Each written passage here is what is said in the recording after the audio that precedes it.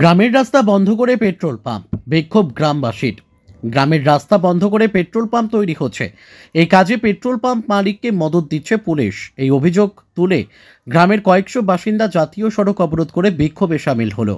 ঘটনা পূর্ব মেদিনীপুরের নিমতৌড়িতে অবস্থিত জেলা শাসকের দপ্তর থেকে মাত্র 4 কিলোমিটার দূরত্বে ইরঘা গ্রামের। গত কয়েক মাস ধরে এমন অচলাবস্থা চলছে বলে অভিযোগ।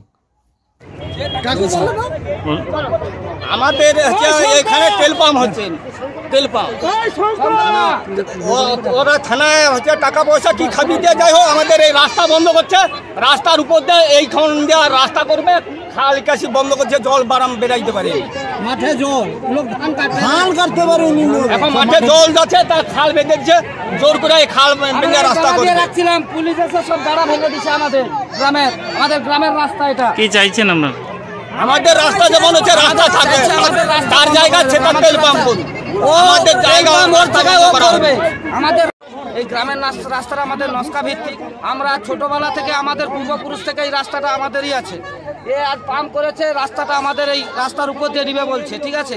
তো এতে আমরা বিরোধী করে আমরা বেড়া দিয়ে লাগিয়ে রেখেছিলাম এই আমাদের গ্রামের সবাই এসে, ঠিক আছে। তারপরে আজকে এসে দেখি পুলিশ এসে সব বেড়া ফেড়া ভেঙে দিচ্ছে। এবার আমাদেরকে মারধর করবে, ভয় দেখাচ্ছে। সরকারের কাজ কি করে নিতে পারে এইসব যাচ্ছে না। ধান সব পড়ে আছে, জল বেঁধে ধান পড়ে আছে, আমাদের বন্ধ করে দিবে। মাঠে ধান পড়ে আছে, ধান কাটা বন্ধ করে বন্ধ করে দিয়েছে। সেটারও বেঁধেছে জল, মাঠে সব জল। এটা কোন গ্রাম? কোন ইরঘা গ্রাম।